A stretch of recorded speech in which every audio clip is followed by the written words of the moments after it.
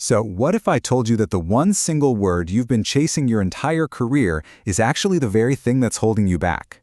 Today, we're going to tear up that old communication rulebook. We are building a brand new playbook, one that's designed to build genuine trust and, because of that, win more deals. Let's dive right in. Okay, let's just start with this bombshell from a guy who knows a thing or two about high-stakes conversations, former FBI hostage negotiator Chris Voss. Think about it. You've probably spent your whole career trying to get people to say yes, but what if that constant chase is exactly what's sabotaging your success? Let's unpack that. For decades, the goal's been pretty simple, right? Secure agreement, get the yes. But this relentless push, this need for yes, actually creates this invisible wall of suspicion. We're going to call it the old playbook. And it's about time we figured out why it's just not working anymore. This slide just lays it out perfectly. It shows the total disconnect. While you're laser-focused on getting agreement, your counterpart's brain is just screaming, "What's the commitment? What's the trap here?" And the second they feel cornered by your push for yes, their survival brain kicks into high gear. And suddenly, you're not a partner anymore, you're a predator. And you know what that leads to? It leads to the most dangerous yes of them all, the counterfeit yes. It sounds like they agree with you, right? Sure, this looks good, or yeah, let's circle back on that, but it's not a commitment. It's an escape hatch. And it is the #1 reason you end up getting ghosted. So here it is, our first major play in the new book. We have to stop fearing the word no and start embracing it. The goal is to make it feel totally safe, even comfortable for the other person to say no. And I'm telling you, this one little shift changes the entire dynamic of the conversation. And the psychology behind this is so powerful. You see, every yes feels like a commitment. It feels like a potential loss of time, of money, of their own autonomy. But no feels like protection. It gives the other person a sense of control. And that feeling of control is the absolute foundation of trust. So how do we actually do this? Well, we use what are called no-oriented questions. So instead of saying, "Are you available to talk?" you might try, "Is now a bad time?" Instead of, "Is this a good idea?" you ask the question you see here. You are literally inviting a no, which paradoxically opens the door to a real conversation. The bottom line is this: when people say no, they relax. They feel protected. They stop seeing you as a threat. No isn't the end of the conversation at all. It's actually the beginning of a real one. Okay, let's move on to another brilliant FBI-inspired technique that builds on this idea. It's called an accusation audit. Now, this sounds wild, but instead of waiting for them to think negative things about you, you say it first. You call out all the negative assumptions they're probably holding, and it completely disarms them. Look at how this actually works. You start with just simple courtesy, which kind of interrupts their normal pattern. Then you label the negative. This is a cold call. Boom, you've just voiced their inner monologue. And finally, offering an escape gives them all the control, which makes them way more likely to actually stay and listen. It's counterintuitive genius, isn't it? All right, so once you've made the conversation feel safe, you need to make it memorable. And that brings us to our second play. We've all heard the phrase, facts tell, but stories sell. Well, let's look at why that's not just some cheesy cliche, but a neurological reality. I mean, just think about that number for a second. 22 times.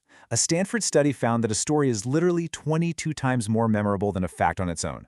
Your data, your stats, all your features, they engage the logical part of the brain. But a story activates the entire brain, creating this deep, emotional, and memorable connection that facts just can't touch. And this is absolutely critical because human decisions are not purely logical. They are emotional. We buy things based on how they make us feel. Stories are the vehicle for that emotion. They basically bypass the skeptical brain and connect directly with our motivations. And that creates a bond that facts alone could never, ever build.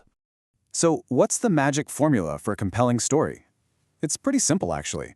The customer is the hero of the journey, period. They're facing a challenge, that's the conflict. And you are not the hero. You are the wise guide, the mentor who gives them the tool or the insight they need to succeed. The resolution isn't about your product's features, it's about how the hero triumphed because you helped them. Now that might sound a little complex, but there are super simple ways to apply this. The Feel, Felt, Found method is a fantastic framework for building instant empathy and guiding the conversation right to a solution. It's especially perfect for overcoming objections. Let's just break this down. Feel validates their emotion. You're saying, "I hear you." Felt shows them they're not alone, which builds trust instantly. And Found elegantly pivots to the solution. You see, you're not arguing with them. You're using a little mini story to empathize and guide. All right, our final play is all about control. But it's not about you taking control. It's about giving it to them. See, true influence isn't about forcing an outcome. It's about structuring the choices so that your preferred path feels like it was their brilliant idea all along. This is called the illusion of choice. And to be clear, you're not removing their options. You're just architecting them. You make one choice feel like the obvious, smartest decision, which empowers the customer to choose exactly what you wanted them to in the first place.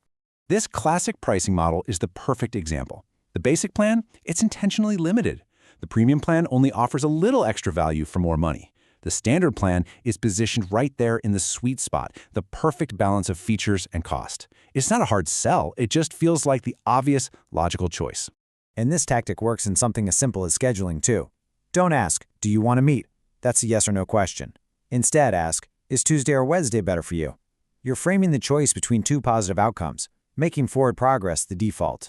So let's wrap this all up and recap our new playbook. Remember, this isn't about using clever tricks. It's about a fundamental shift in your mindset, from applying pressure to building a genuine partnership. It really comes down to these three core principles. First, make no a safe word to build that foundation of trust. Second, use stories to create an emotional connection that actually lasts. And finally, guide their decisions with framed choices so they feel empowered, not pushed around. And what's the result of all this? Well, you'll spend way less time chasing people who are never really interested. You'll build genuine, lasting trust, and you'll close deals that are built on a solid foundation of collaboration, not some counterfeit agreement. So, as we close out, I'll just leave you with this one question to think about. In your very next interaction, ask yourself, am I building a conversation or am I setting a trap? I think the answer to that will define your results.